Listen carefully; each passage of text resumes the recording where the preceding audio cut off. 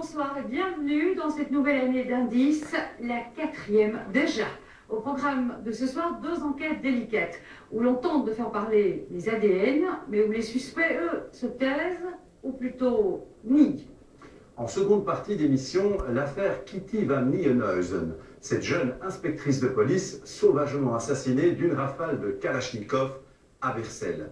Toutes les pistes mènent vers un trio de malfrats bien connus de la justice. Et ils ont tiré comme ça.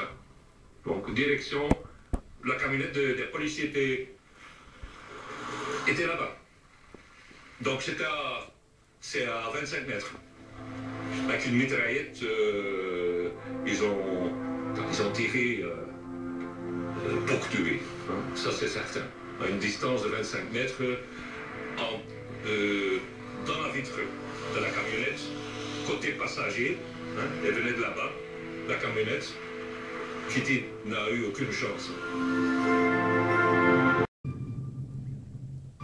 C'est dans ce carrefour de la Bercelsstraat à Lot que l'inspectrice Kitty van Nieuwenhuizen est abattue d'une rafale de Kalachnikov.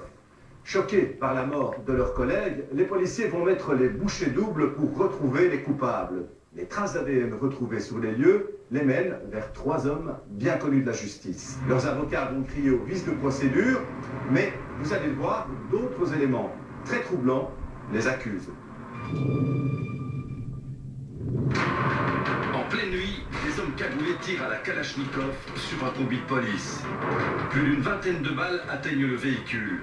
L'inspecteur Peter Van Staal est grièvement blessé. Sa collègue, Kitty van Nieuwenhuizen, elle, est abattue d'une balle en pleine tête.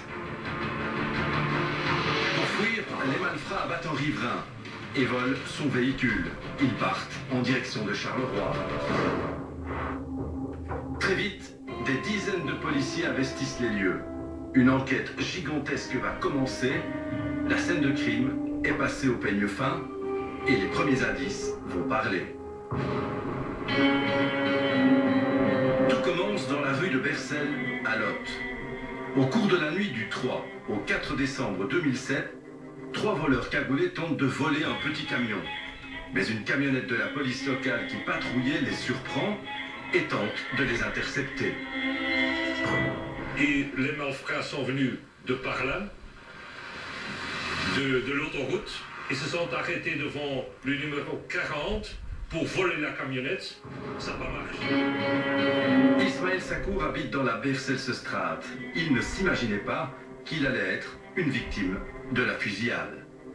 Lorsqu'ils partent enfin, les 3 hommes aperçoivent la camionnette de police qui revient vers la maison. Sans aucune hésitation, ils ouvrent le feu. Kitty devait fêter ses 22 ans 2 jours après l'attaque.